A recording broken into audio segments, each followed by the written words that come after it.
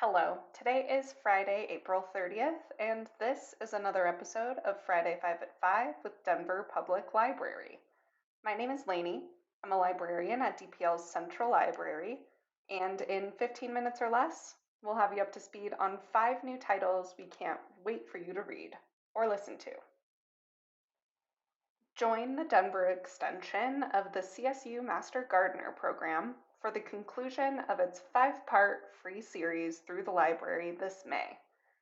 Those pesky Japanese beetles will be back soon, and they'll be hungry.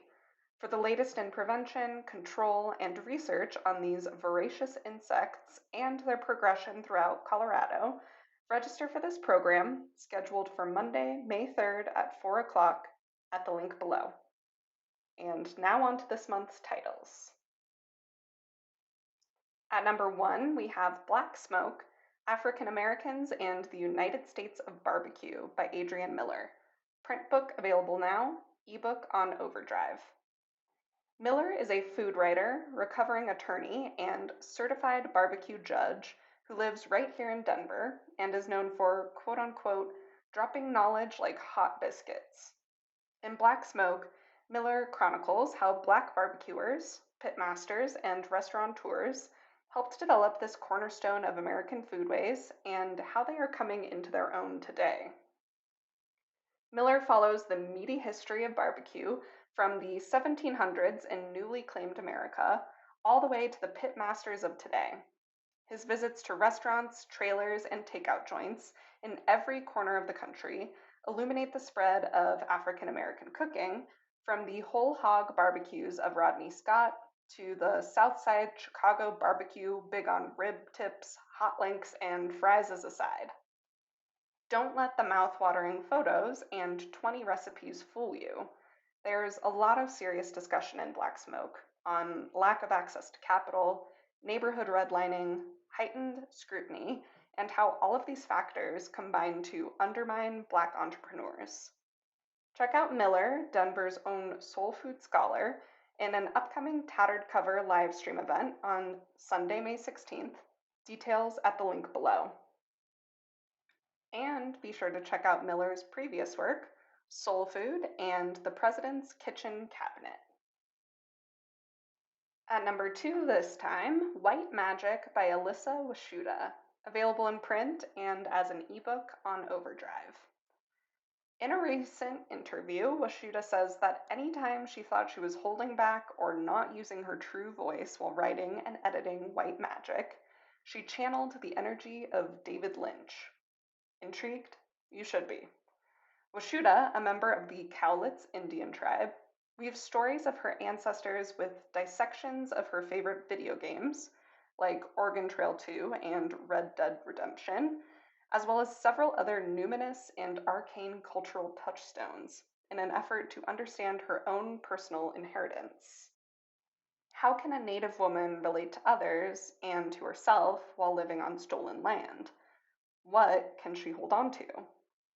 White Magic documents the messy and painful work of returning from another world of dissociation and self-destruction to be present in one's own body in all its brokenness and need and power. For the latter, WASHUTA sorts through the capitalistic dilution of the occult, all the ersatz Native American talismans, the starter witch kits of sage and tarot cards, and wellness culture's co-optation of the healing properties of crystals to tap into her true personal witchiness.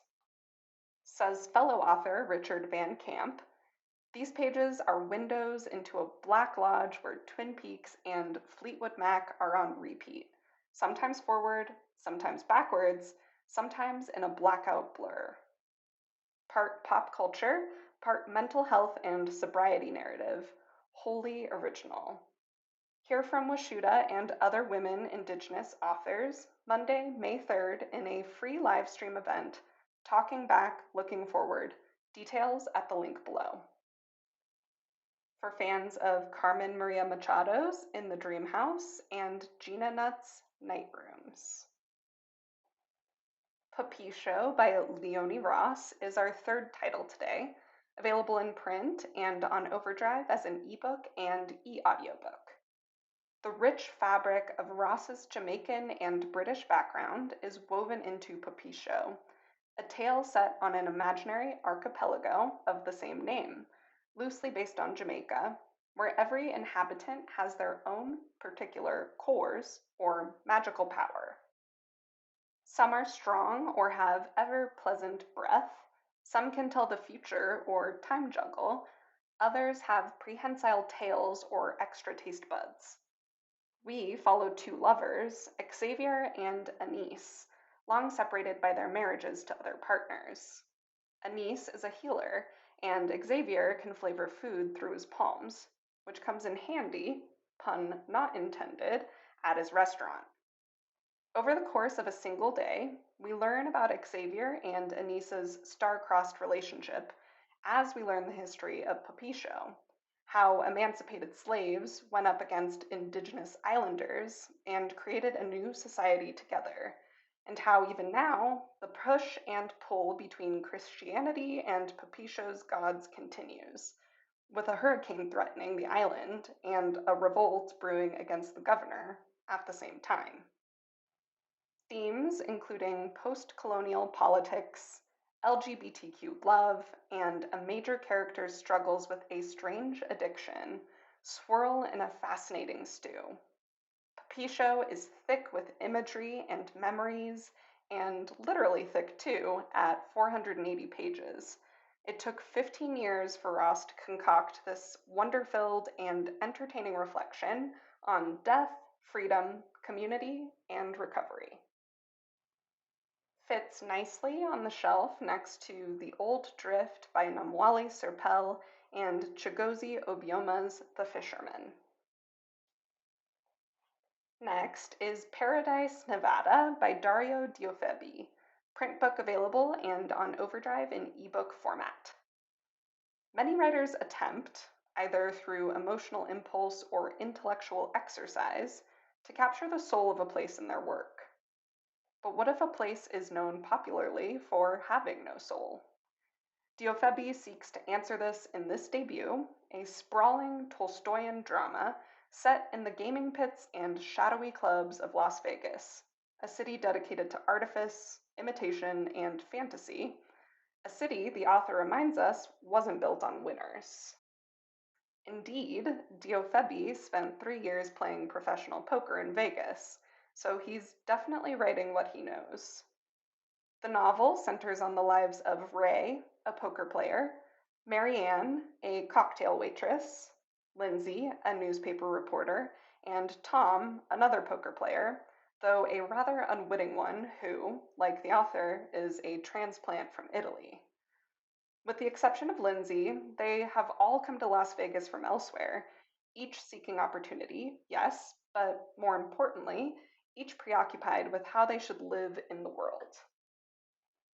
At its core, Paradise, Nevada is a moral inquiry into the profit motive, with poker a metaphor for the diminishing returns of a consolidated US economy. Like private equity and venture-backed startups, the Vegas card tables have become domains of cutthroat risk assessment, with professional sharks preying upon hapless tourists for their sustenance.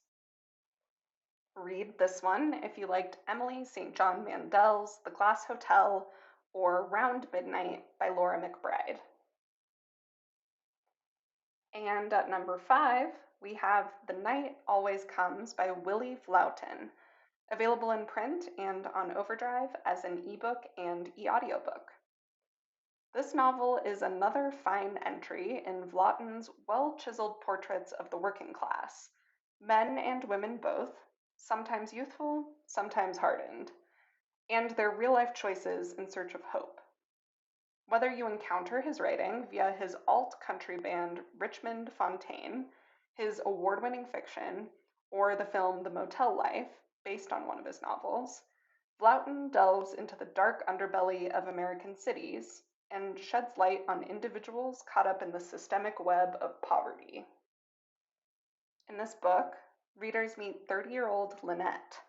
She's working 2 jobs, attending community college, and trying to buy the ramshackle rental home she lives in with her developmentally disabled brother and their jaded single mother.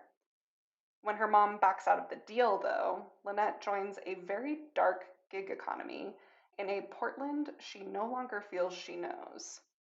By VLAUTIN standards, the ending of The Night Always Comes is practically upbeat, but be forewarned, it will break your heart. Get to know VLAUTIN a bit better through the webcast linked below.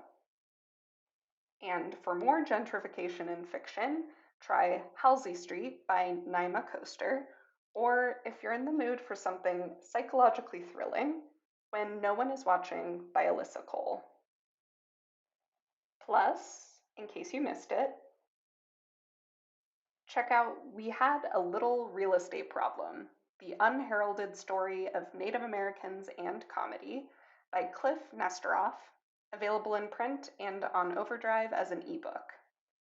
Acclaimed comedy chronicler and erstwhile comedian NESTEROFF focuses on one of comedy's most significant and little-known stories: how, despite having been denied representation in the entertainment industry, Native Americans have nevertheless influenced and advanced the art form.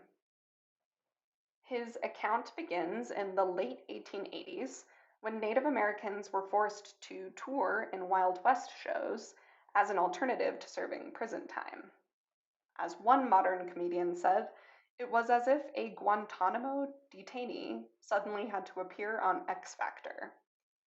This is followed by a detailed look at the life and work of seminal figures such as Cherokee humorist Will Rogers and Charlie Hill, who in the 1970s was the first Native American comedian to appear on The Tonight Show, and whose most famous punchline is the title of this book.